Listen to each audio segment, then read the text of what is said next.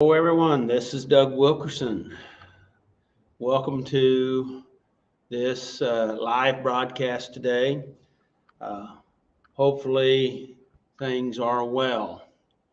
Um, this is primarily a lot of my focus is about dealing with stuff in life, life recovery, um, restoration of life, uh, which because life is messy. Have you found that out to be so? If you've had any time in life, you found that out. So, but life is messy. And so, welcome. And hopefully, this will be find a place that will help you, that'll be encouraging to you. So, anyway, let's get going because I got a bunch to cover here and a short time to do it. So, my title for today is Seven Steps to Unleash Ego's Hold on You. What do you think about that? All right. Ego. One definition of ego is uh, edging God out. EGO, edging God out, pushing God out of our life. Ego is the false self. We all have ego. Some of us have bigger egos than others, right? So, but ego is a belief that we have about ourselves, and a belief that we are separate from everybody, but we're not separate from each other. Okay, we're all connected. We're not more important than someone else. We're we're our value has been established. We're all valued the same. We may all have different talents, and we do, and we may all use them. Some of us may not, but that doesn't change our personal value. Okay, and so and we are not more special than someone else, even if we have different talents. Just because you may have maybe a more valued talent in the world, our talents is not it doesn't attribute our value to us. Our value is established by God. The ego would like to push or pull you either one way or the other. Either I'm more than or less than others, because it just wants us to be uh, not authentic. Okay, um, and it's a way of trying to uh, dominate us. It's the part of that fallen nature thing. So, um, so what we want to be is we want to be that authentic self, that true self, that spirit that that God put inside of us. Let that come out instead of striving to try to be something else. We're going to be talking a lot about this, and some of it's going to be hard, and hopefully, something here will help you. I'm not here to put anybody down. But I may point out some things that are true and that's challenging. So ego says others have to be less so that I can be more. You know, push people down. You know what I mean? And and and what does that mean is that that I remember as a young person, I didn't really realize this, but I had a strategy, a belief, a way of functioning in the world is that I have to tear them down, so that I feel better about me. I'm talking about me here, okay? And I did, so I feel better about myself. But I realized that tearing people down didn't really make me feel better. Actually, if you stop and think about it, it makes you feel worse, made me feel worse. So somewhere along the line, in my early adult years, I was able to come across this strategy, this belief system, that if I would help build up other people, I kind of used this terminology. If I build other people's building, because we don't want anybody else's building to be higher than us, but if I'm willing to help other people build their building, then my building will be built. Doesn't mean that they'll help me, but it will be.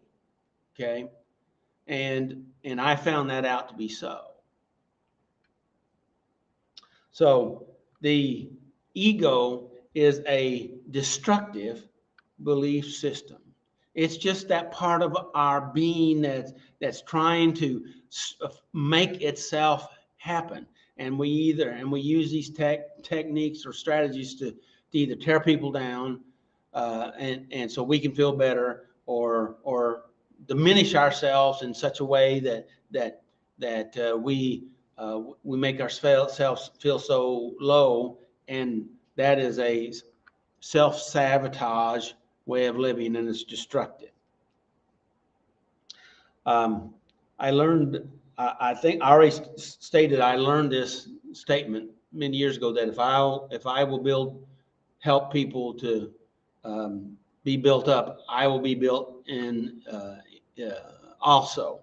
And so that's been very important to me throughout my entire life. The Golden Rule says something very similar to this. It says to treat others the way that we want to treat others, the way that we would like to be treated. That's out of Luke 6:31.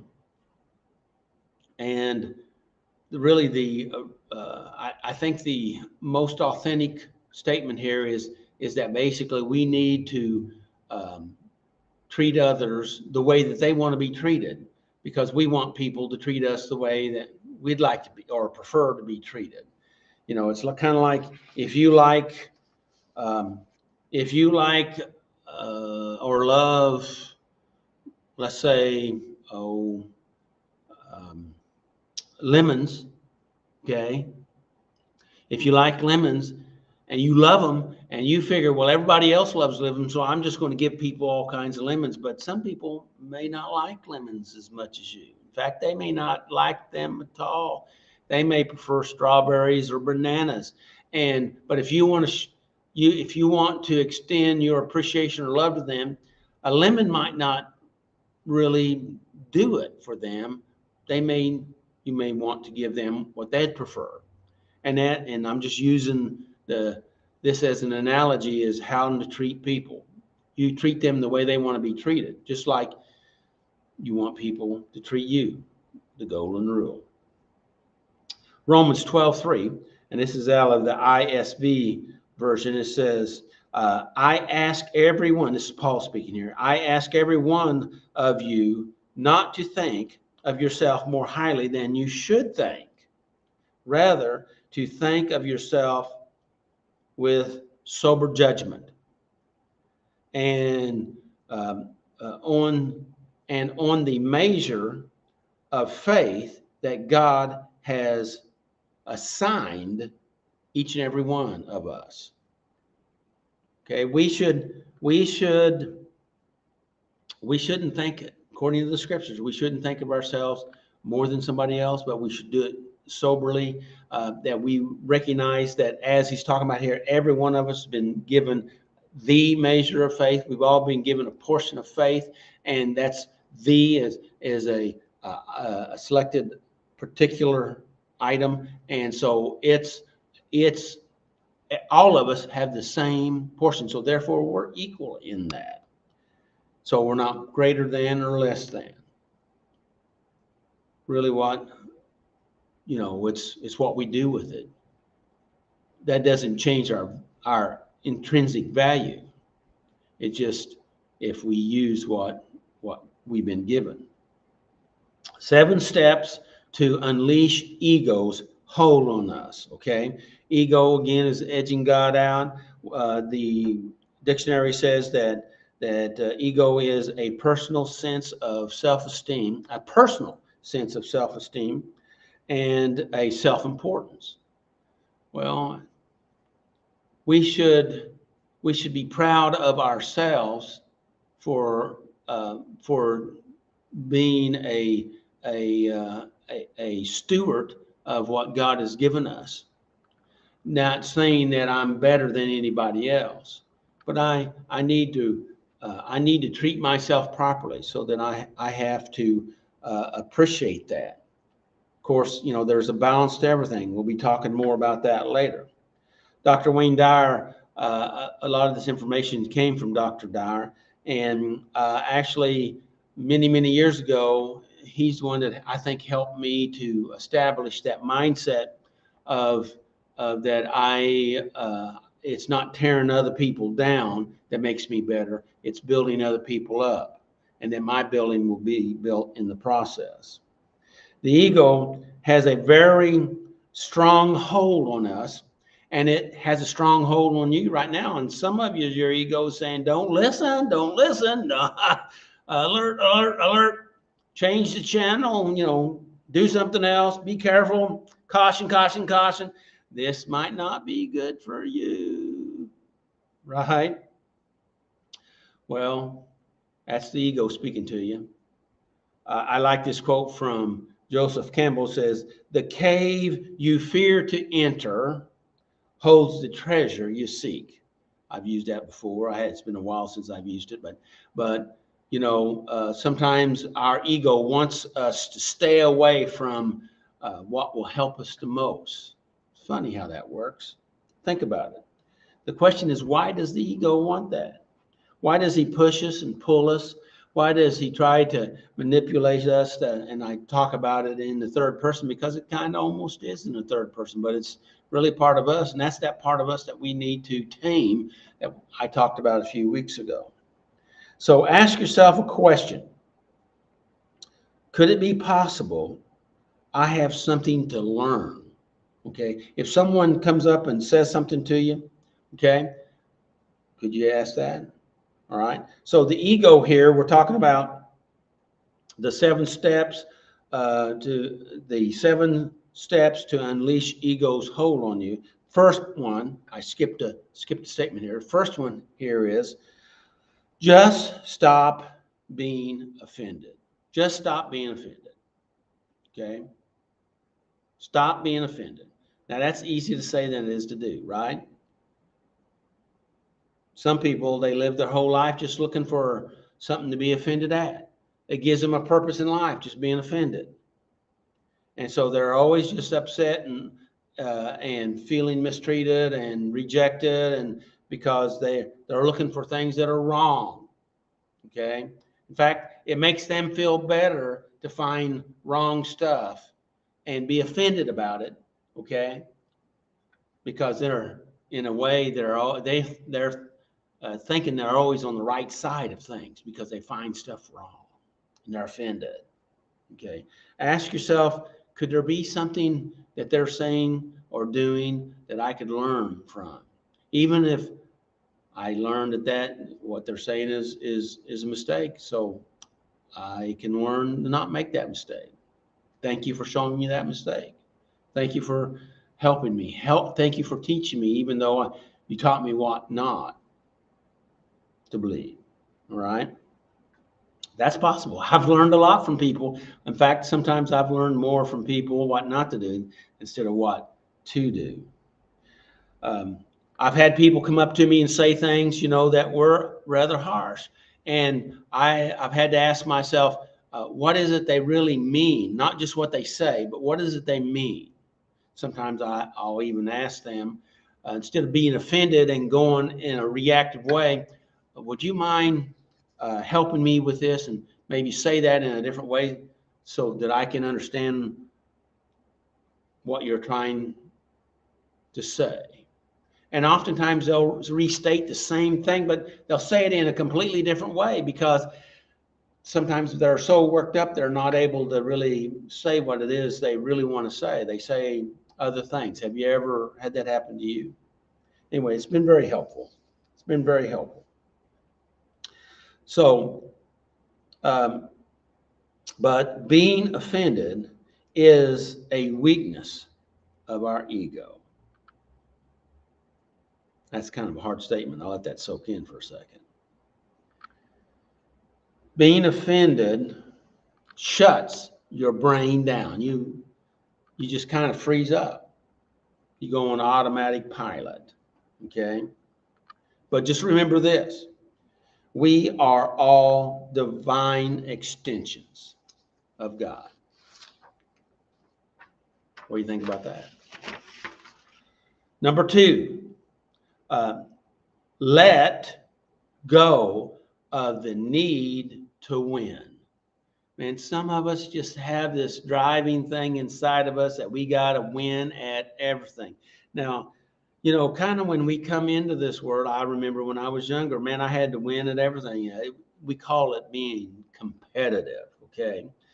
And that competitive nature means that, I have to win. I have to, that means if I got to win it, means that other people's got to lose. And so, but we need to let go of this obsession of always having to win. Must you? Well, I used to.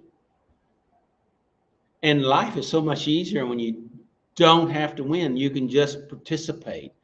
And of course, do your best. And sometimes you just choose not to win. I've had people accuse me on some games that, oh, you're not even trying. You're letting me win. Well, maybe I am. Maybe I'm not. It's okay. There are times to push forward, and there's other times just not to be driven to excess on needing to win. Okay, like everything depends on you winning or me winning.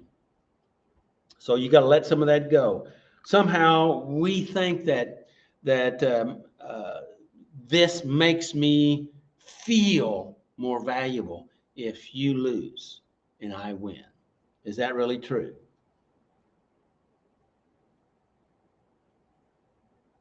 I'm not going to say that. Why is it other people's performance compared to my performance determines how I feel about me? Think about it.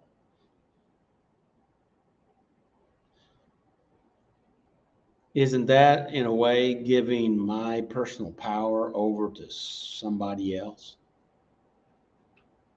My value doesn't change whether I win or lose. Sure, I prefer to do well. I like to do well. I strive to do well. But sometimes, and we all do, we don't do well. And we have to learn, not to be the winner. Gosh, most of my sports career when I was growing up was we lost our games, and it was hard. And I've often wondered why that happened. That because we had a pretty decent team. But sometimes we learn more when we work through the tough times. Isn't that true? Let's go forward. So, number 3, let go of your need to be right. You could say in a disagreement, you got a good point there. Yeah, I can see what you're saying. That, and you may even disagree with them, but you can still see their point. Okay, but it starts to take that edge off of it that you got to be right. Okay, so or sometimes why do you have to be right? Do you just feel that you have to be? It's just a driving force. Is it that big of a deal? I many years ago I came to the place that I say I decided I didn't have to be right anymore. I used to have to be right. And then I decided I don't have to be right. I can say to the other person, you're right about that. And I have. And oftentimes they'll even say, you don't believe that, you're just saying that. Well, you could be right. It's all right. You can be right and I can be right. You know? Now, so hold up my hand, surrender. You're right. Let it go. Because I don't have to prove that I'm right. You can be right. Doesn't mean that I'm wrong. I could be wrong. I'm open to being wrong. Number 4, let go of your need to be superior. Let go of your need to be superior. Man, some of us really get stuck on this, that we have to feel like we're better than everybody else. But the fact of it is, we're all a part of God, and He made us all be who we are. You know, we are individuals created by Him, and we are somebody. I don't have to be greater than, because I'm not greater than. And you know, when you walk into a situation and you try to usurp authority over people and suppress them, most of the time, most of us don't like that, and we push back. And in a lot of situations, I found it's better to say, hey, what do you think about this? Like, can we talk about this? You got an opinion about this? Instead of being the superior or boss, that we talk about it and solicit their opinion on things. Hey, when it comes down to it, right is right and wrong is wrong, and somebody has to make a decision. And sometimes I say this in business. I said, hey, listen, you know, I just have to make the best business decision I can in this situation. You understand that? And generally, when they don't feel like you're trying to lord over them, that they are okay with that, and they understand in an honest way. So we just need to be, number 4, we just need to let go of being superior. Truly noble is not about being better than anybody else. It's not about being perfect. It's not about being better than you. It's just being better than myself. I want to be better. Okay. I want to be a better person, a better husband, a better father, a better grandfather, a better employee, a better employer. I just want to be better. I want to be better at that, and not to be superior of somebody else. Number 5, let go of your need to have more. We all have this need to grow. Well, not all of us, but a lot of us. I think God has put inside of us this need to have more. But our ego is always pushing us to try to have more. But what we really want is, our spirit wants to have peace. But God has given us this drive to expand, to grow, and there's a balance to everything.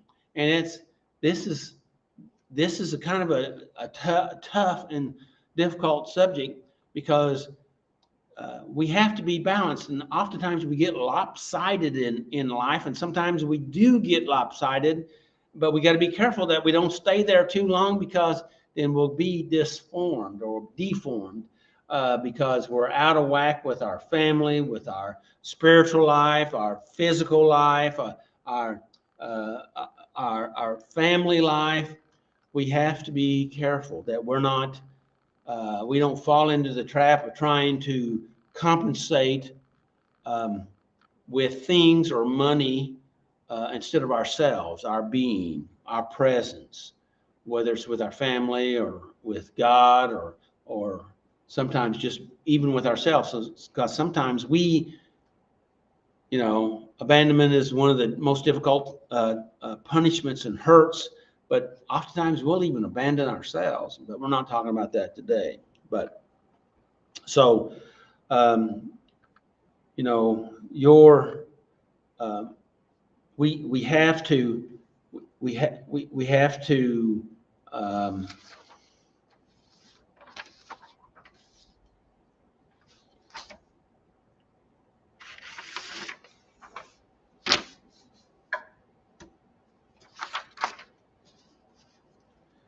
I got my mind went to running on a different wavelength there, and I dropped my spot. But we we have to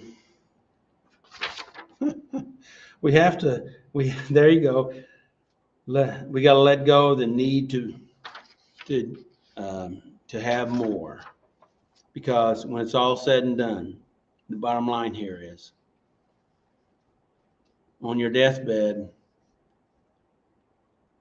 your stuff isn't going to be what you really want.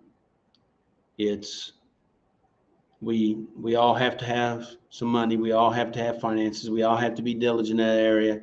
But again, it's all about it's a balance, and you trade your time and energy for um, work, money. Um, but the fact of it is, on our deathbed, it is about relationship, and so we need to be careful. We need to be diligent in that area. Okay, number 7, let go of identifying yourself based on your reputation. Okay, so this is a big one here, because we have a belief that we are in control of our reputation, but we got to let go of that, because the fact of it is, we're not in control of that. Our reputation is not uh, controlled by us. It's not located in me. Think about it. It's not located in me. It's located. My reputation is located in all of you that are watching this thing. And today, you may have a low opinion of me because of losing my thoughts there a moment ago. And that's your opinion. That's your thoughts. You're in control of that. I definitely am not in control of that. That's outside of me. And so I'm not in control of my reputation. Um, but I am in control of my character, how I handle myself, how I deal with people. Um, if I really do treat people in a respectful, kind, and generous way, or if I'm hard, harsh, and we all can be some of a mixture. We all are a mixture of everything, but I am in control of my character, and that if I keep my connection with God, and if I keep myself aligned with His Spirit, with His truth, with His mercy, with His love, and with His grace, what can be better than that? Even in the midst of all these other push and pulls going on here, that ego, if I can keep aligned, what's better than that? Because eventually all these things will work out for my good, according to Romans 8:28. And that is all I really have control of. And that is where I choose to place my attention and my focus. It's all I really got control of. My character, my attention, and my focus. So something to think about. Hopefully today's been helpful. Sorry for my misstep, but we all have them, don't we? So I just want to say, may the Lord bless you and keep you, and may his face shine upon you and give you his peace. Till next time, make healthy choices. Take care of yourself. Have a good day.